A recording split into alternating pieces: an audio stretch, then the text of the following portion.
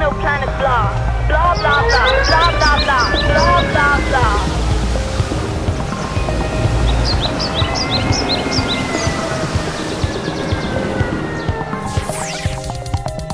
Kinka, klima eta natura krisia.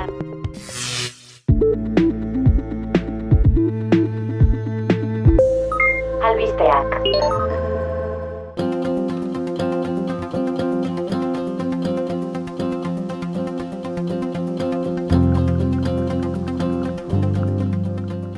Kaixo entzule, zer moduz? Hemen duzu Kinkaren ale berri bat, labetik atera berria, baina lehenik azken egunotako albisteak. EAJak, PSek eta EH Bilduk akordioa lortu dute trantsizio ekologikorako legearen inguruan. Besteak beste, energia berriztagarrien instalazioei kanon bat ordainaraziko zaien eta erregai fosilen desinbertsiorako plan bat egin beharko du Jaurlaritzak. Itsasoko temperatura 0,23 gradu igo da 2022tik 2023ra. Adituen arabera, El Niño fenomenoak eragin zuzena du horretan, baina atmosferan dagoen CO2 kopuruaren ondorio ere bada.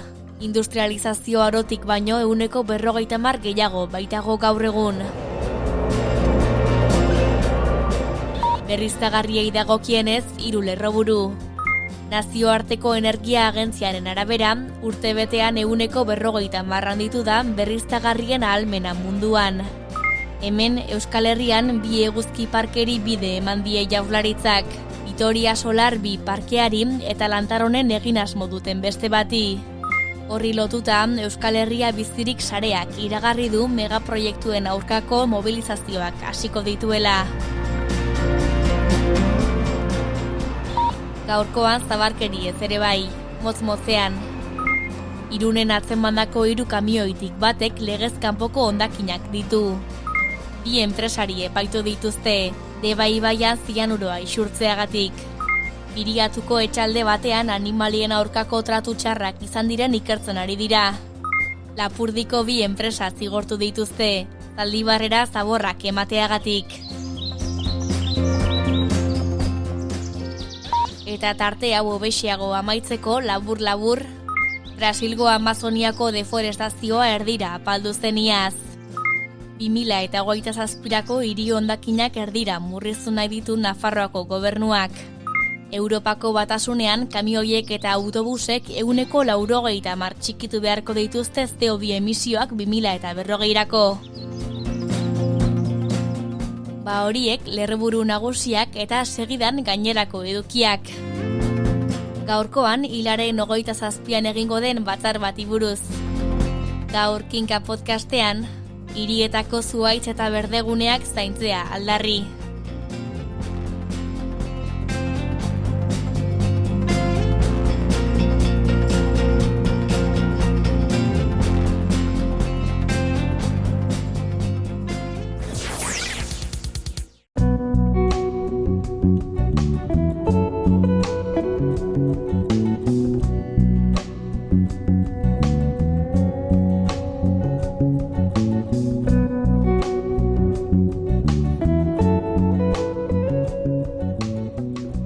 Kaixo, Oli, zer moduz? Ondo, eta zu? Ondo. Poste naiz orduan. Baina tira, ni termino bat ikasi nahian etorri naiz nagore beraz. Esadazu, zer termino ekarri duzu gaur? Esango nuke nahiko termino arrunta ekarri dudala, baina gaurkotasuneko gai batekin lotuko dugu. Oso ondo, primeran iruditzen zait. Are gehiago ikasteko bada. Zer termino da? Dike. Dike? Bai, dike. Ados. Azaldu bada entzulei, zer den? Euskaltzaindiaren arabera, itsaso, urtegi edo ibaietako urari eusteko eraikitzen den horma da dikea. Ezaguna dut bai. Eta zergatik ekarri duzu, gaurkotasuna aipatu duzu eta... Izan ere Mutrikuko portu zaharra berritzeko eta handitzeko proiektu batean, dabil Jaurlaritza, duela ia 20 urte, ondu zuen plana, eta oraindik ere, bazala aparta eta arrabots handia sortzen ari da. Badut aferaren berri bai, maiz joaten naizara eta ziurtatu diezazuket ahotik ahora dabilen gaia dela. Azken aldi honetan bereziki gainera.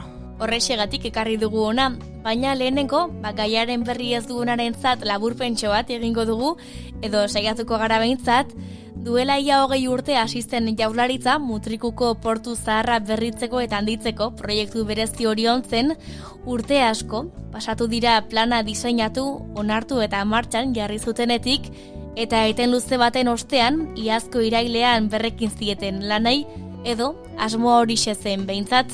Hori da, proiektua martxan jarri zutenean 20 milioi euro baliatu zituzten azpiegitura horretan lehen pausoa emateko, hau da hondartza eremu berri bat sortzeko. Tartean bertara joateko sarbideak eta babesdike bat. Lan horiek baina amaitu gabe gelditu ziren eta geldirik egon dira 15 urtez. Bai, horixe izan da bilakaera. Azaletik eta azkar laburtuta bai, baina noski horrelakoek ertza asko izaten dituzte. Hori da, kontua da esan bezala, iazko irailean berrekin behar zietela lan horiei, ia beste 20 milioi euroko aurrekontuarekin eta proiektua FCC Konstrukzion enpresari eman ostean. Baina berriro ere arazoak izan dira. Antza, akats teknikoak egin zituzten proiektua idazteko orduan eta aurreikusi gabeko gainkostu bat zuten martxan jarri zutenean. Obrak geldirik daude orain, Eusko Jaurlaritzak FCC-rekin duen kontratua eten baitu. Mutrikuko danborzaleak herri mugimenduak beste eragile askorekin batera eskatu dute geldiunean herri moduan mugitzeko. Beraiena den tokian hitza nahi dutela eta aldarrikatzeko. Hori da, eta orain beraz geldirik gaude, lan hori guztiak, itxuraz, ezin diotelako aurregin kostu gehigarri horri. Baina kontua ez da horren beste zaimaitzen izan ere, badirudi horren guztiaren ondorioz hutsetik hasi beharko dutela portua berritzeko eta handitzeko plana. Hori ematen du bai, ur mugimenduen azterketak, proiektuaren berridazketa, lizitazioa... Eta herritar askoren haserrea eta sumindura. Hori ahaztu gabe noski. Bai, zeren aipatu duzun moduan, dike handitzeko asmoa dago portu handitzeko asmo horretan. Herritar asko eta asko ez daude ados horrekin, eta dikea dagoen luzeran errematatzeko eskatu dute. Haien ustetan, herritarrak babesik gabe utziko ditu babes dikea gehiago luzatzeak. Badirudi soka luzea, ekarri duela eta ekarriko duela oraindik ere, oraingoz, esandakoa. Obra geldirik eta herritarrak mugitzen. Beraz, berririk bada esango diguzu hori. Bai, noski, nire kontu.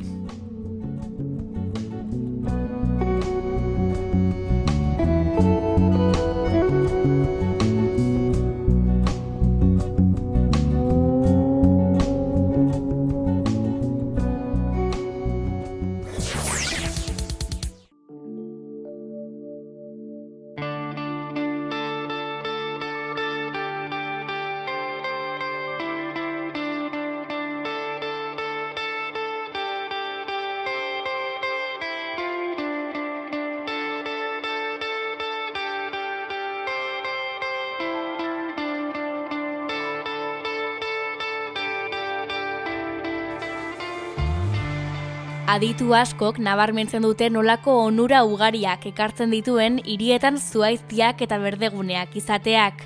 Temperatura erregulatzeko gaitasuna, arnasa hartzeko eta lasaitzeko parada, paseoan aritu eta kirola egiteko aukera, bioanizasunaz gozatzeko hurbiltasuna, argudio horiek eta gehiago nabarmentzen dituzte adituek, arrazoi bide bisual eta estetiko ez harago.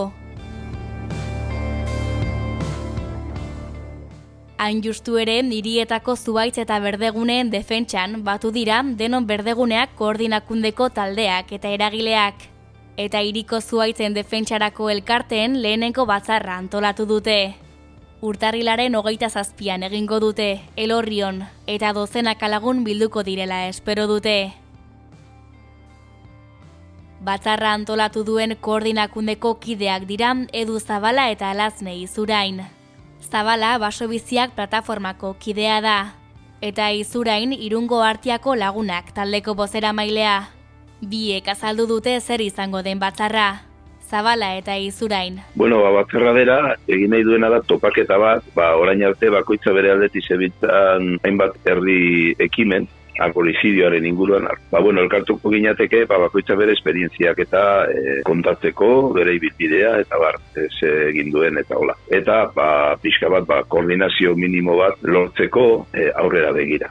Guretzat topagune bat izango da. Euskal Herriko herri eta hirietan zuhaitzak eta berdeguneak galtzen ari gara. Eta topaketara joango garen talde eta pertsonek bat egin behar dugula uste dugu, hauek modu eraginkor eta orokor batean defendatzeko. Elkarrezagutzeko, elkarren gandiki ikasteko eta elkarrekin lan hildo bat hasteko lehen pausua izan daitekela uste dugu, edo hori da behintzat gure desioa. Baina zer dela eta bildu dira denon berdeguneak koordinakundearen izenpean? Nola sortu dute, Zabala? Sortu zen pixka bat Baso-Bizia plataformaren gogoeta batetik. Gu daramagu 2 urte eta erdi Baso-Bizia plataforma bezala, Baso-Bizien aldeko aldarria egiten, ez? Eta monolaborantzaren kontra. Gehien bat zuzendutak egon den mendiari begira, baita ere konturatu gara, herrietan, gure urbanoetan, baita ere beste dinamika bat ere martxan zegoela, aldarrikatzen baita ere zuhaiztiak, berdeguneak, gerriko berdeak, eta bar, eta ikusi genuen ezala logikoa bere iztea bi mundu horiek, ez? Eta orduan, gogoeta hori egin eta gero, ikusi genuen, bazeudela hainbat dinamika martxan, eta proposatu genien irailean, egitea, bilera batzuk, ikusteko, konpartitzen genitun irizpide horiek, eta, bide bati ekin genion. Izan ere, tokian tokiko borroka eta errealitateak badituzte ere, kezka komun asko dituzte. Izurain eta Zabala. Hiriko zuhaitza eta berdeguneak beste hainbat gauzaren atzetik edo haien menpe daude. Adibidez, aparkaleku berri bat egin behar dela udaletxe batean. Zuhaitz guztiak kenduko dituzte. Ez da alternatibarik ematen, ez da zuhaitz horiek birlandatzeko edo ordezkatzeko planik aurkezten. Beste adibide bat, etxe bizitza berriak egiteko. Guk adibidez, Irungo Behobi auzoan, geldituko den berdegune bakarra zuntxitu egingo dute Lazaola postetxeko plangintza egiteko. Ez da inolaz ere, nola konpentsatuko den hori planteatzen. Bidegorriak egiteko oso ondo dago, bidegorriak egitea. Hainbat bidegorri egiteko, zuhaitz heldu pila bat moztu dira. Zer gertatzen da? Udalek nahiago dutela, errepideko erreil bat kendu beharrean, zuhaitzak kentzen dituzte. Hori ikusi dugu adibidez, Astigarragan edo Irunen bertan gure bidegorriak egiteko ere eta Hondarribin hainbat eta hainbat zuhaitz desagertu dira horrela. Berdina esan dezakegu errepidei buruz. Eta hau lurralde eta eskualde osoan gertatzen da, ez da herri bakar batean gertatzen. Horretaz gain ditugun zuhaitzak eta berdegunak ez dira zaintzen hirietan. Txorko hutsak daude, hau da, zuhaitz bat moztu ondoren hor gelditzen da, hutsa edo beste batzutan egiten dutena da erlauzaz tapatu. Kimak eta basatiak ere ikusten ditugu, zuhaiztiaren kalterako, denborarekin ahuldu egiten dira eta erori edo gaixotu. Eta norkeztu ikusi itotako zuhaitz bat, zemento zinguratuta. Hori ere zuhaitz gaixo bat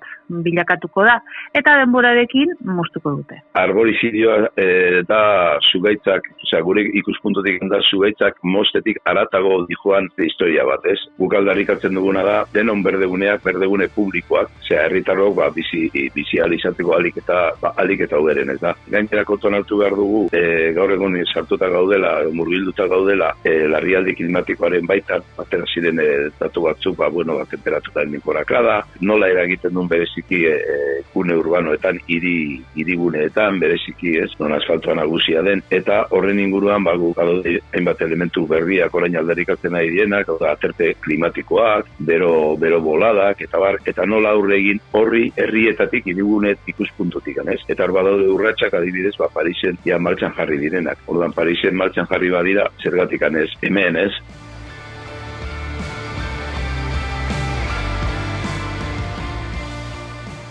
Argazki hori iraultzeko beharrezko tresna eta mekanismoak jarri nahi dituzte martxan. Baina horretarako oinarrizko urratsa da sentsibilizazio lana. Izurain.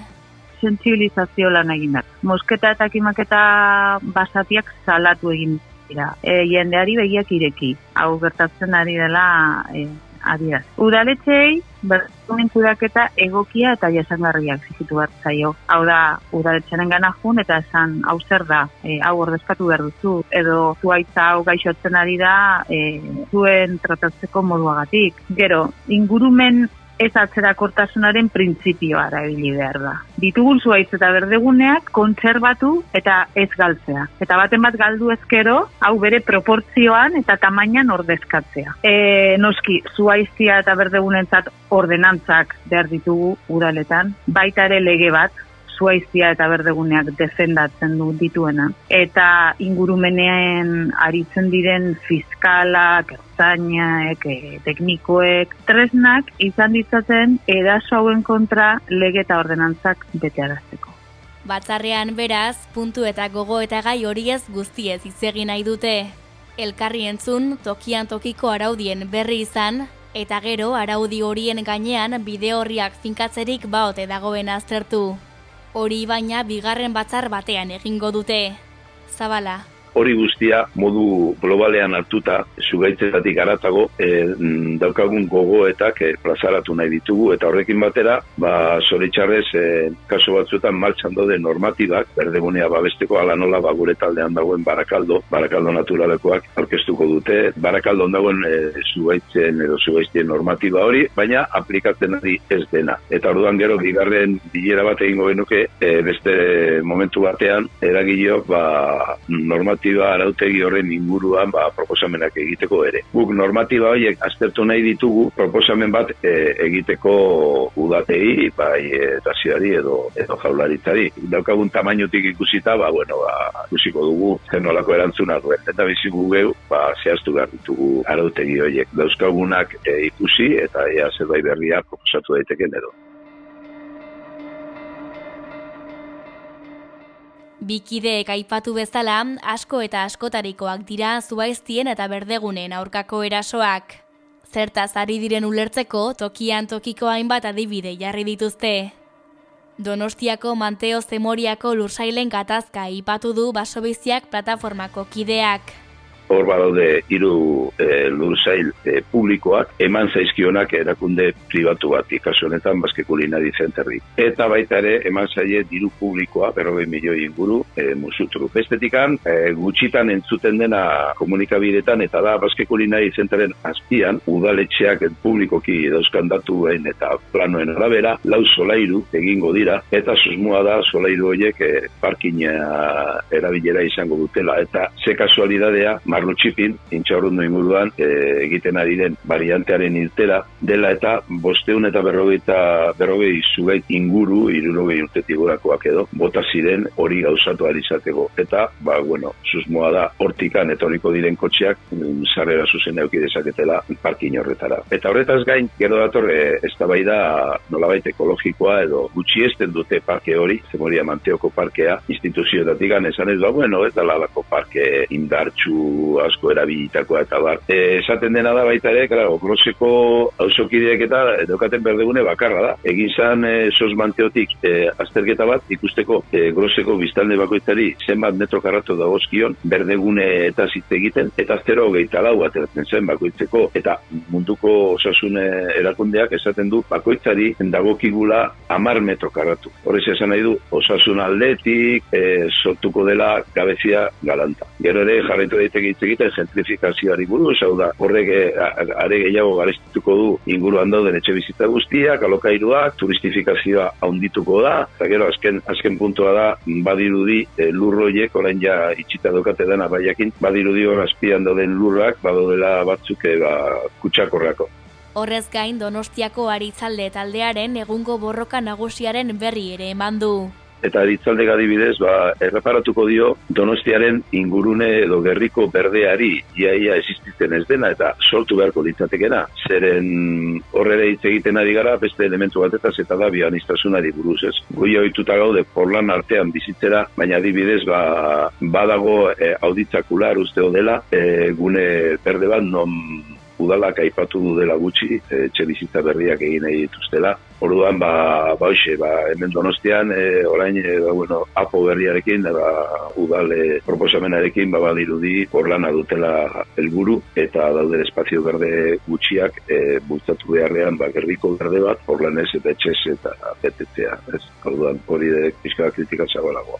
Artiako Lagunak taldeko kideak berriz, Irungo kasuistikari erreparatu dio. Alde batetik da zuhaizia nola tratatzen duten, eman ditudan adibide guztiak hemen ere aurkitu ditzazkezu. Urte ikusten ditugu txorko hutsak edo tapatutako txorkoak, bidegorria egiteko bere garaian zuhaitza asko moztu zen, poliki ari gara eskatzen, hauek ordezkatzea eta egiten ari dira, baina noski. Zenbat denbora behar duzu 30 urteko zuhaitz bat errekuperatzeko, beste 30 urte gutxien. Etxe bizitza asko egiten ari dira hemen, diote Gipuzkoarrentzako etxe bizitzak hemen egiten ari direla, beraz, horrek zer esan nahi du, etxe bizitza bat eraikitzen den bakoitzean, berdeguneak erasotzen ari direla, parkinak, hori beste arazo bat emisio baxuko zonaldeak sortzerakoan, zer gertatzen ari da,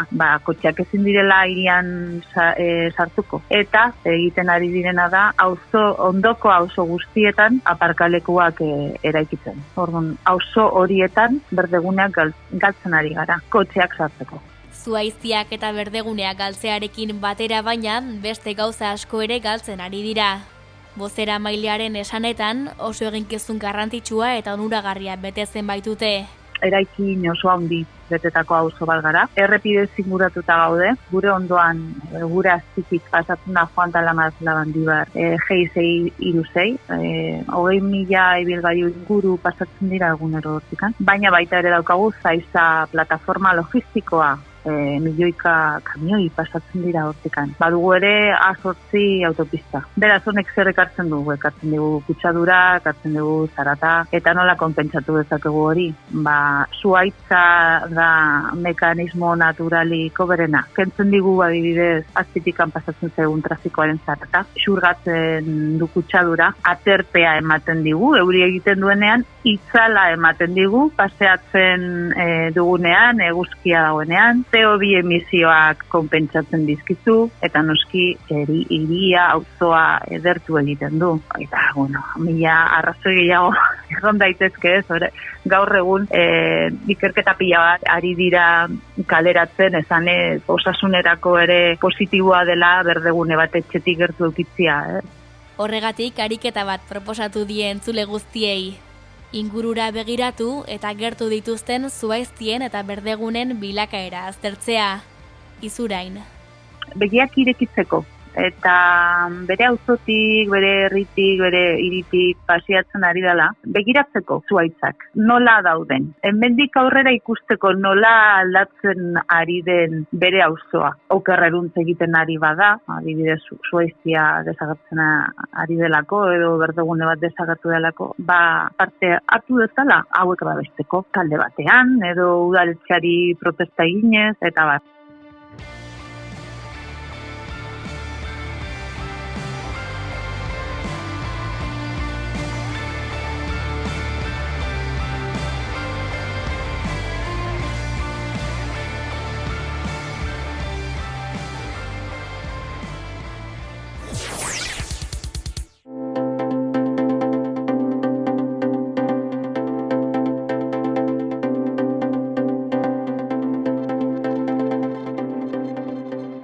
Kaixo berriz ere Oli eta kaixo Gorka. Kaixo Gorka.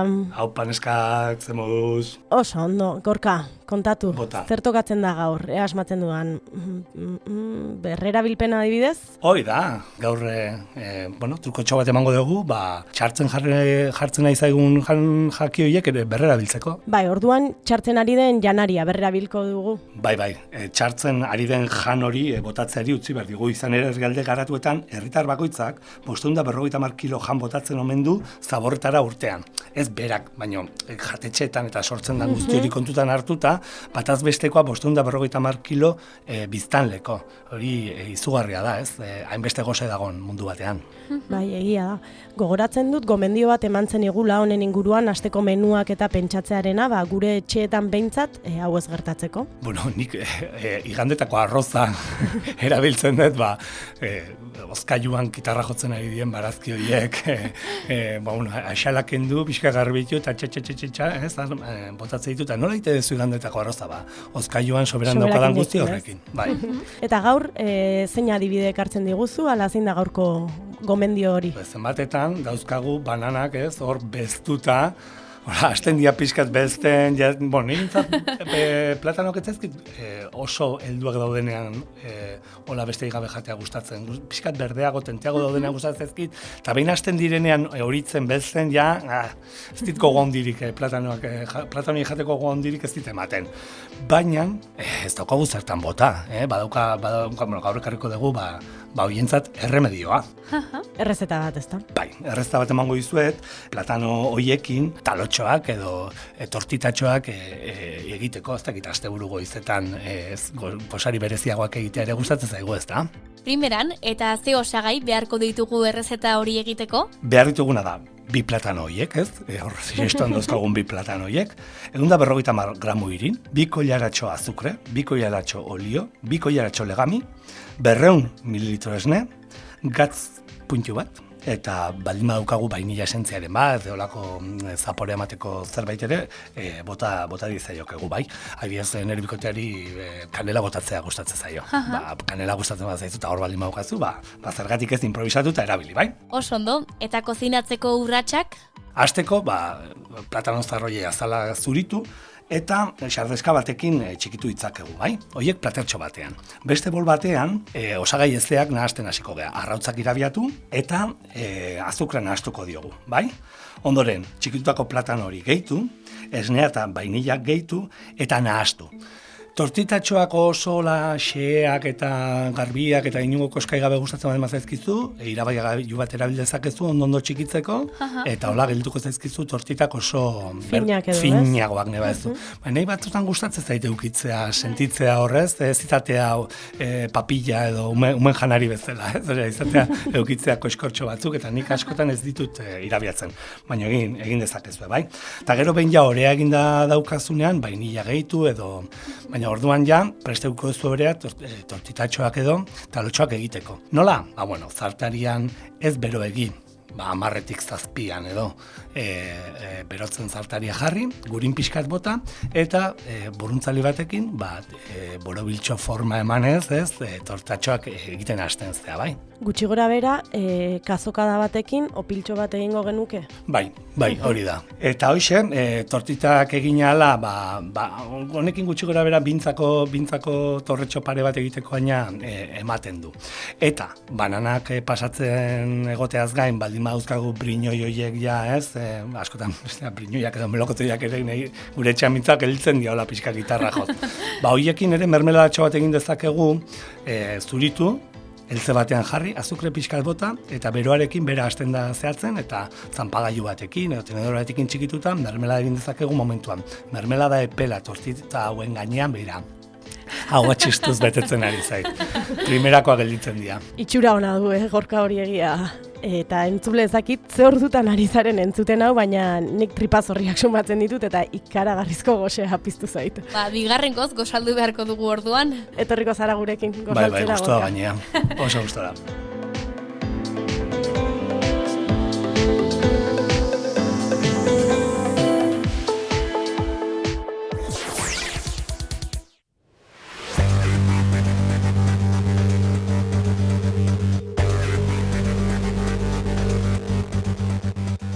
Kaixo Oli, berriz ere mikrofono aurrean zaitugu. Eta ni pozpozik. Bai? Bai noski. Zurekin hitz egitea gustuko dut Nagore eta ikastea beti da ona. Tarte honetan gainera 2 gauzak egiten ditut, beraz, pozarren. Egia bai, gaurkoan ekozidioaren inguruko kontutxo bat irakatsiko dizut, izan ere ekozidioaren kontrako lege bat egin dute lehenengo aldiz, Txilean zehazki. Txilea aitzindaria da orduan. Bai, 2023a amaitzear onartu zuten legea. Legeak zer dion jakin aurretik, azalduko duzu zer den ekozidioa nagore? Bai, ekozidioa ekosistemen suntsipen larria da eta giza ekintzen bidez gertatzen da. Eta horri muga jartzen lehena, Txile izan dela esan duzu. Bai, Txile izan da ekozidioa zigortzeko lege bat egin duen lehenengo herrialdea. Eta zer esan nahi du horrek? Esan nahi du besteak beste jazarri egingo dietela ingurumena kutsatzen duten pertsonei eta enpresei. Eta 10 urteko kartzela zigorrak ere jaso ditzakete arau hausteengatik. Ufa, 10 urte. Bestalde, Europako Batasunak erabaki du ingurumenaren aurkako erasorik larrienak zigortzea. Behin-behineko akordioa da oraindik, baina akordio horretan zehazten da zein diren ingurumen delitu berriak. Akordioa behin betiko adosten denean landu dezakegu berriz gaia eta aipatu zein diren ingurumen delitu berriak adibidez. Ados?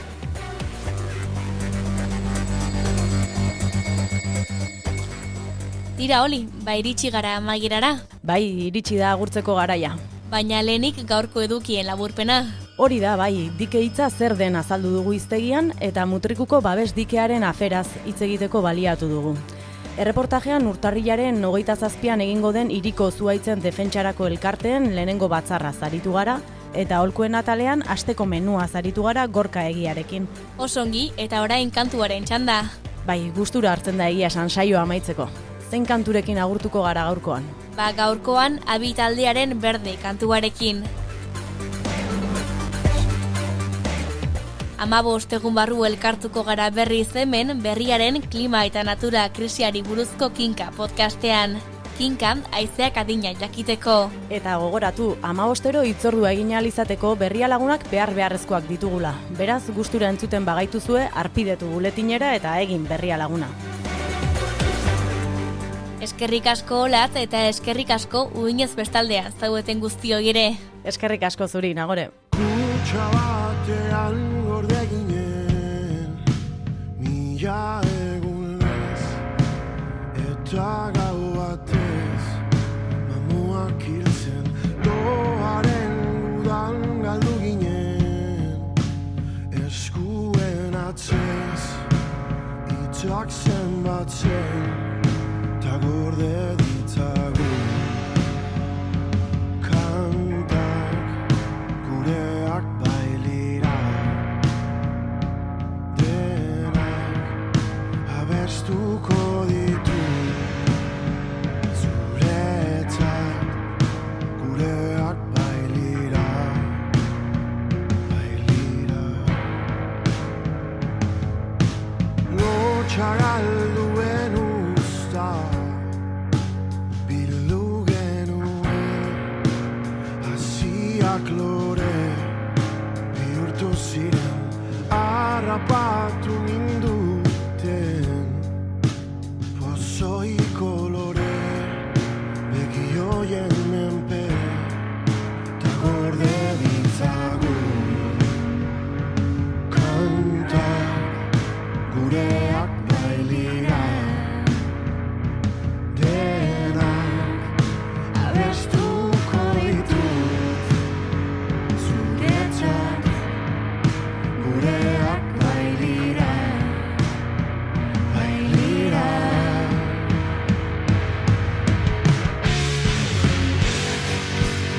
Zure bularraren kontra, nire belarria, berdeak diren orain, nire memoria, akorde ditzagun, kantak gureak bailira, denak abestuko ditut, zuretzat gureak bailira, bailira, ta gorde ditzagun. Kantak gureak bailira, denak abestuko ditut, zuretzat gureak bailira, bailira.